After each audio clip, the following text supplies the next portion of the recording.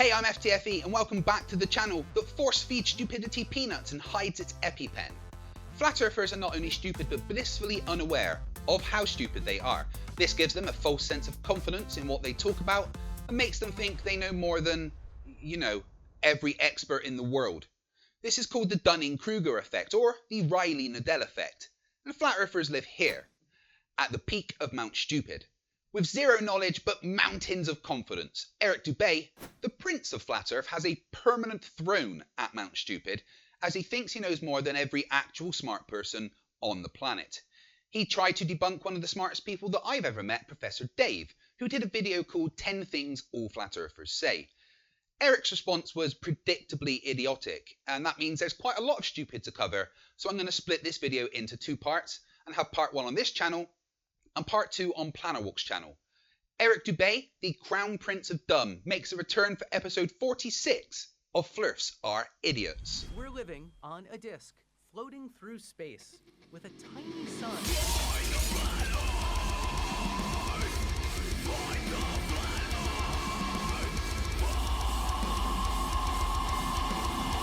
Thank you for joining me once again to point and laugh at a stupid person. And boy, Eric Dubay is stupid.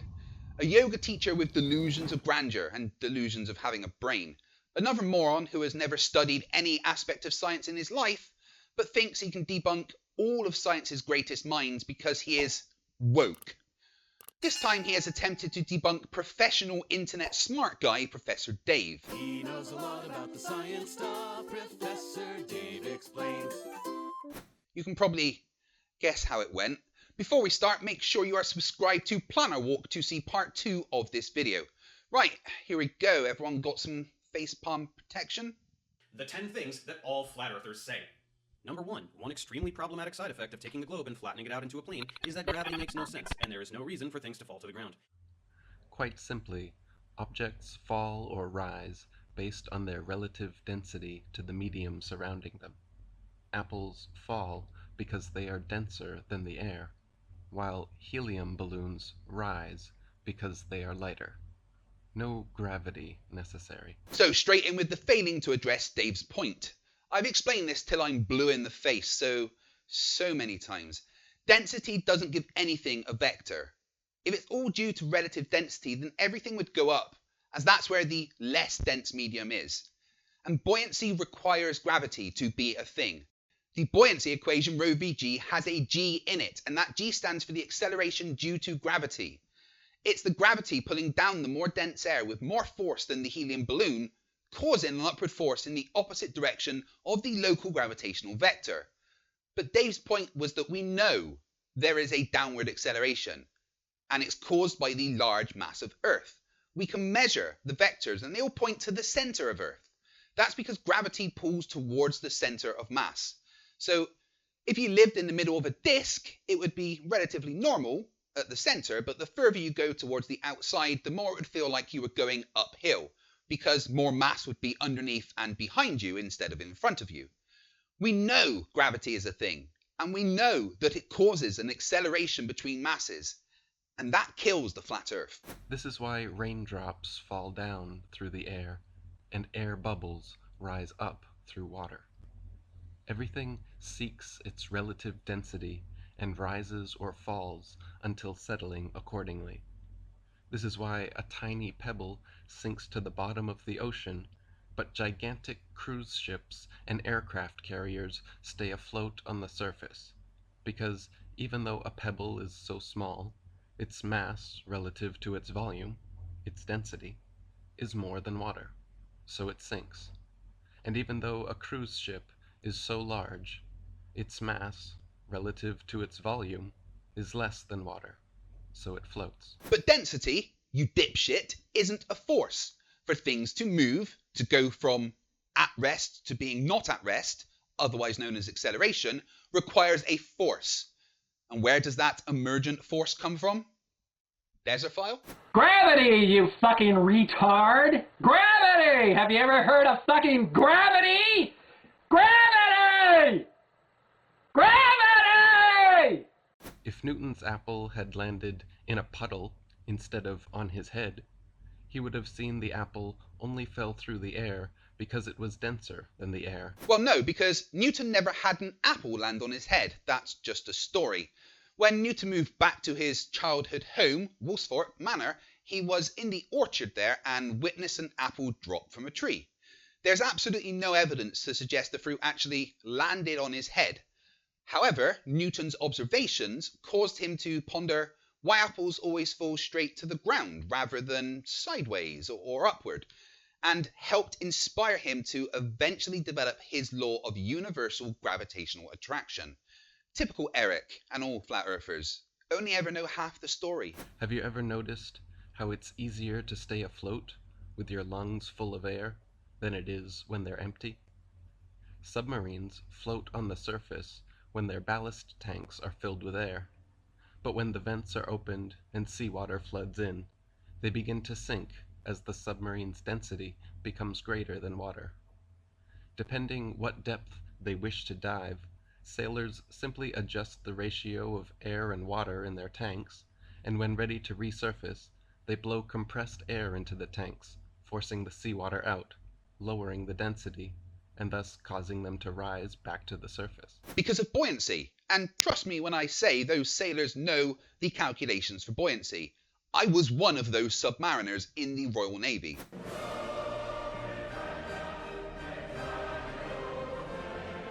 Nothing you say about relative density makes any sense.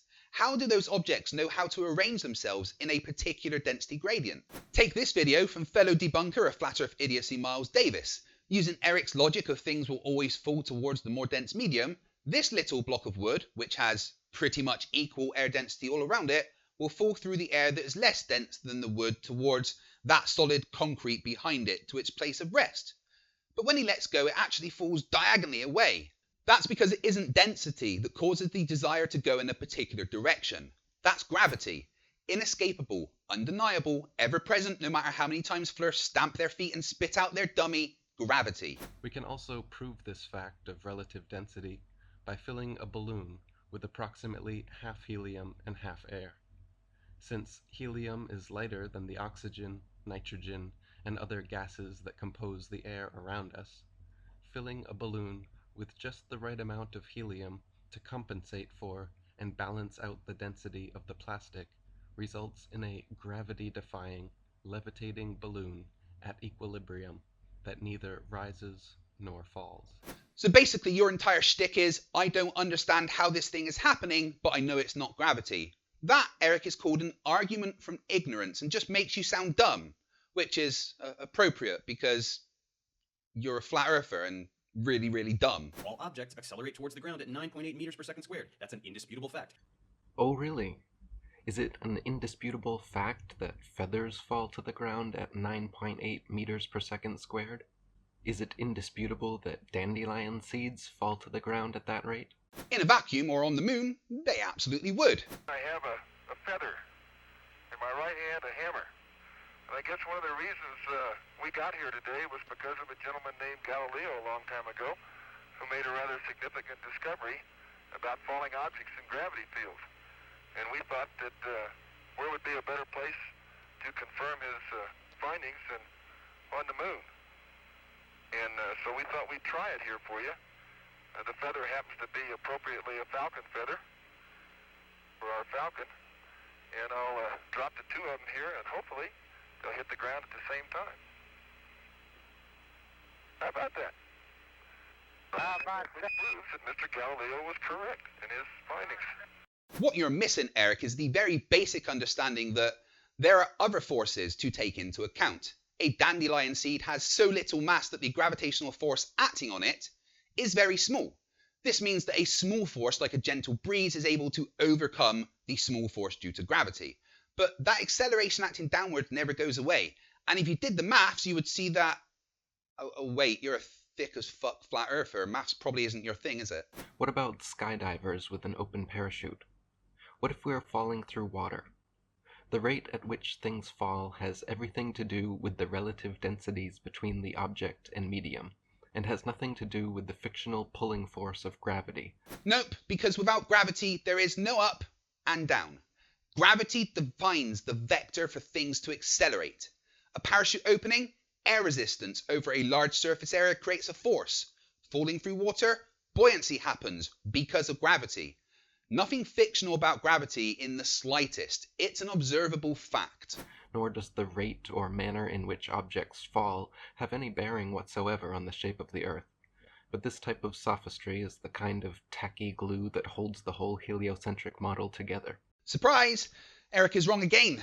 Our observations of gravity show that it pulls equally from all sides towards a centre of mass. This will make any object massive enough form into a sphere, because only in a sphere will the net sum of pulling forces equal to zero. It is also an indisputable fact that any acceleration requires a force to produce it. This is how cars drive, planes fly, people walk, cats jump. It's how literally all motion works. Most of you address this problem by simply listing two words, density and buoyancy. Well, I hate to break it to you guys, but these are not forces. Forces are vectors. They have a magnitude, which means a numerical amount, and a direction, which means they have to point somewhere. Density is simply mass per unit volume, or how much matter sits in a particular space. It doesn't point anywhere. And buoyancy is simply a measurement of an object's tendency to float. You say that objects fall down because they are more dense than the air below them. Why down? Why not up? Or sideways? When you let go of a ball, there is air all around it. How does it know to fall down? Also, objects fall down when they're in a vacuum, which means there is no air below them. What's happening there? I could similarly ask you, if gravity is real and responsible for keeping all the world's buildings, oceans, and people stuck to the ground, then why does it have no effect on pulling down a simple children's balloon? Are helium balloons magical anti-gravity devices? I mean, he just told you it's because of buoyancy. How does the balloon know which way to float? How does the balloon know there is a more dense medium around it to go up? It's because of gravity. Gravity is what gives things direction. You're just going to ignore everything he says and keep spouting Flerf crap like it means anything, aren't you, Eric? Eric Dubay, you're dumb as fuck. No. We live in a density gradient, and since the combination of plastic and helium present in the balloon is less dense than the nitrogen, oxygen, carbon, and other elements in the air around it, it rises. Likewise, if I release the helium and then blow up the balloon again, the magical anti-gravity properties disappear because now it is denser than the air around it. But wait, I thought Professor Dave, he's not really a professor. Well, actually, according to the Merriam-Webster Dictionary, a professor is someone who is a teacher at a university, college, or sometimes secondary school. And in Professor Dave's video, Am I Really a Professor?, he goes through his teaching experience. He is a professor, and you're wrong again. I thought Not a Professor Dave said that it's an indisputable fact that all objects fall to the ground at 9.8 meters per second squared. Why doesn't a balloon filled with carbon dioxide fall at this indisputable rate? Gravity is clearly racist against balloons, feathers, and other objects with relative densities near that of the medium surrounding them. Excuse me, the fuck did you just say? Did you just say that gravity is racist? What the actual fuck? I mean, they're stupid. There's really fucking dumb. And then there's you, Eric. So again, to answer your question, objects are not tending towards the Earth.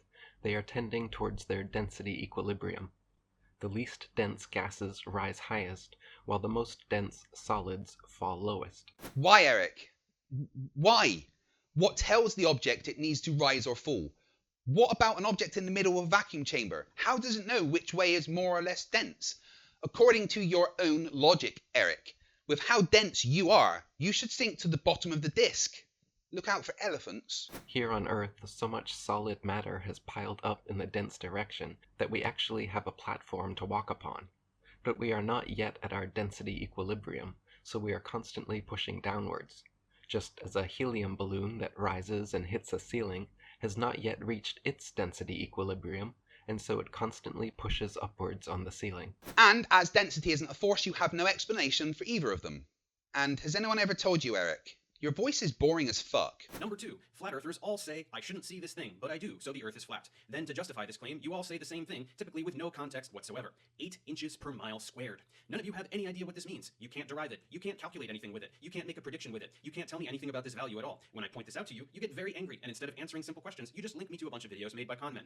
8 inches per mile squared is not a valid way to measure Earth's curvature. If you understood math, you would immediately see that this squared on miles is totally out of place. That's because this is a parabolic approximation. This is for doing calculations with a parabola. It's possible that you remember this shape from middle school algebra, but I wouldn't be surprised if you don't. As you can see, the Earth is not shaped like this. So where does it come from, and why do people use it?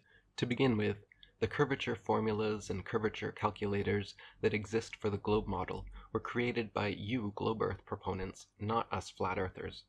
We are simply using the figures and formulas you yourselves claim as representing reality, and proving through easily observable, demonstrable, repeatable results that the alleged curvature does not exist. Well, Eric, I hate to burst your bubble, but the 8 inches per mile squared thing actually came from a Flerf. The OG Flerf, actually, Samuel Rowbotham. He saw this parabolic equation in a surveyor's manual under the title Levelling. Planar surveyors use it as an approximation for small-scale measurements, but Rowbotham took it and ran with it, told everyone that we are supposed to be able to see a curve of 8 inches per mile squared, and here we are today with all you little flat earth sheep bleating, "Where's the 8 inches per mile squared? Bah!" like it means something. The correct equation for calculating the physical curve is h equals r times 1 minus cos a. And that is accurate for any distance on Earth, but of course it doesn't take into account the fact that we have an atmosphere, which can distort the view of everything due to refraction. Non-Professor Dave tries to belittle flat earthers for using the parabolic 8 inches per mile squared approximation, but then refuses to mention the fact that this formula gives the same results as the more complicated trigonometrical formula for up to 300 miles. Which is far longer than anyone needs for practical curvature observations. No, it doesn't give the same result. It gives an approximation and gets progressively less accurate the further you go. The fact that observers at sea level on clear days can see islands, buildings, and mountains, often over 50 to 100 miles away, completely destroys the assertion that we live on a ball 25,000 miles in circumference. No, it doesn't, Eric. Just go to the remedial classroom.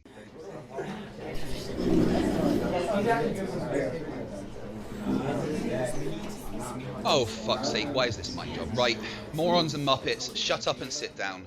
Today we are... What is it, Mr. Truth?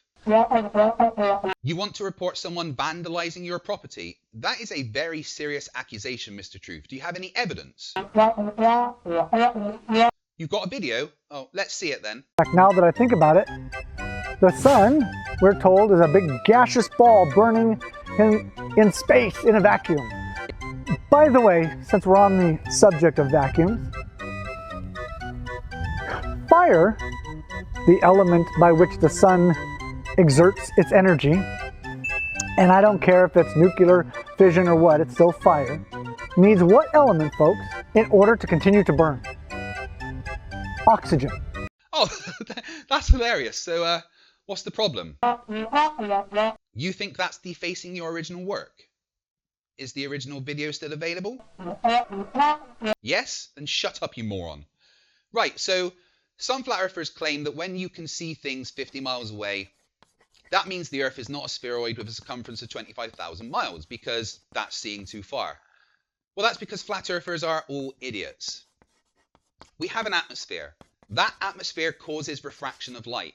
This can allow objects that are behind the physical curve of the Earth to appear higher than they actually are, meaning you can see further than just the physical horizon. 50 miles is less than 1 degree of the arc of the curve of Earth.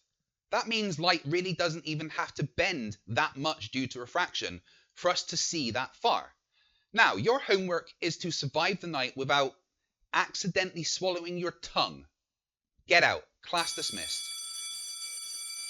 Regardless of which curvature formula or curvature calculator used, you can even check the Debunk or other globe apologist sites, input the figures, and see that these simple observations are in complete defiance of the globe's math. I challenge any flat earther to show me one single observation that cannot be explained by the Debunk calculator. I've used that many times to disprove flat earthers' claims of seeing too far. It even has an advanced mode to input temperature and air density, etc. Number 3, all flat earthers say the same two things about water. The first is, water doesn't curve, and the second is, water finds its own level. The second phrase is completely meaningless, so the fact that you all say that exact thing verbatim is just one of the many demonstrations that you all blindly repeat what you hear without giving it a moment's thought. As for the first phrase, stating that water doesn't curve is at least a coherent thought. However, it is dead wrong. Put a drop of water on a piece of wax paper or a leaf. What does it look like? A freaking sphere. Isn't that something? In your haste to mindlessly parrot what you heard from flat earth priests about water, you forgot to look at water. Water curves, my friends. Look at this curved meniscus. Look at these waves. Water curves all the time. Holy snarky strawmen, Batman. Not really a Professor Dave is stooping to new levels of sarcastic sophistry.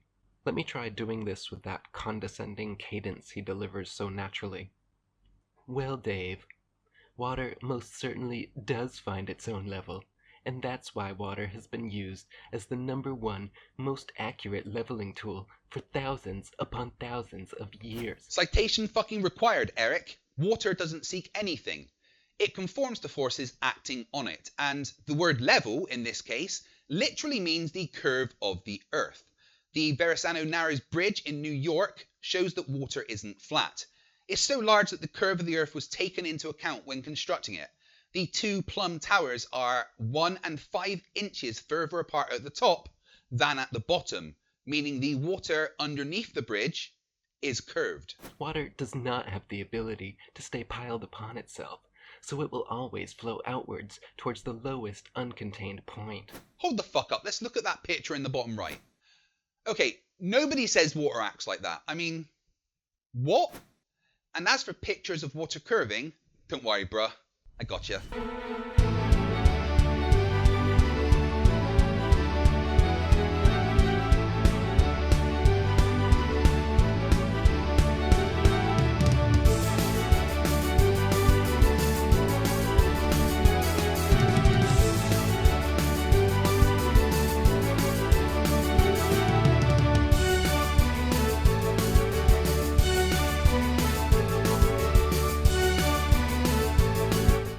Once contained, the surface of undisturbed water will always remain level, with no deviation in elevation from one point to any other. Of course there won't be a deviation in elevation. Elevation is the height above sea level, you moron.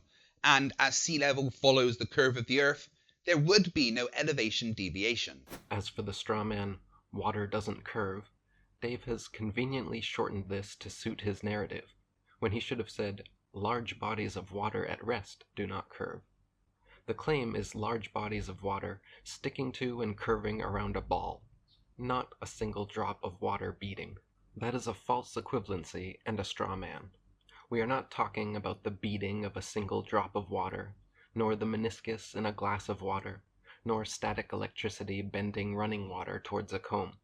So any of these sophist examples put forth trying to prove curved water do nothing but show the desperation of these pseudoscientists to come up with such red herrings. But water does curve. That's natural's water state when at rest, i.e. has no forces acting on it. For instance, in this video of astronauts on the ISS putting a camera inside of a floating ball of water. This is water's natural state. Due to the fact the ISS is in freefall towards Earth, the net gravitational force is 0. So when there is 0 forces acting on water, it's a ball. Number 4. You are all quite perplexed about how Earth's atmosphere can exist next to the vacuum of space. This one is rather amusing because what's happening is that since you have no science education, your only context for the word vacuum is a vacuum cleaner. And again, because you have no science education, none of you understand how a vacuum cleaner works, which is a problem because you seem to think that outer space is a vacuum cleaner.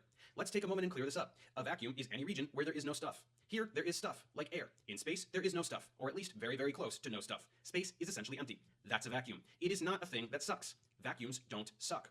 Everyone say it with me together. Vacuums don't suck.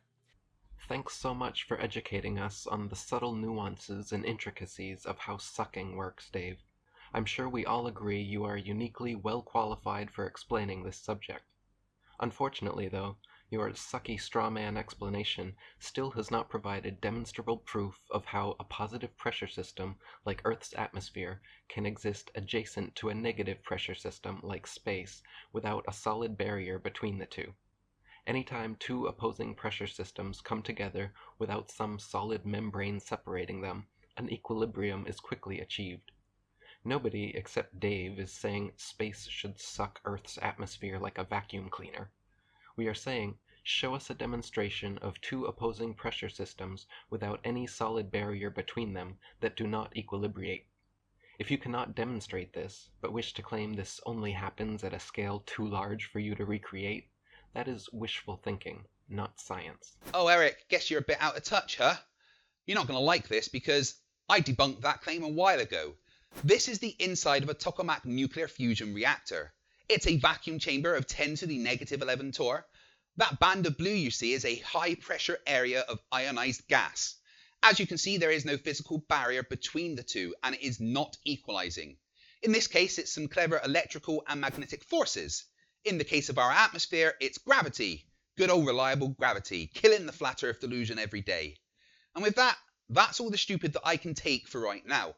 Part 2 of this video will be on Planetwalk's channel, so make sure you head over there to see the rest. But just before I go, I want to say a massive thanks to all my Patreon and channel members. I could not continue to do what I do without your support and generosity. It absolutely means the world to me. If you are on Discord, there is a special room for you in the server of mine, which is where I will do special live streams from for you guys. And top level patrons and members can get some free merch. If you want to support this channel, you can become a member by clicking the join button next to the subscribe button, or head to patreon.com/FTFE to support me over there. And thank you.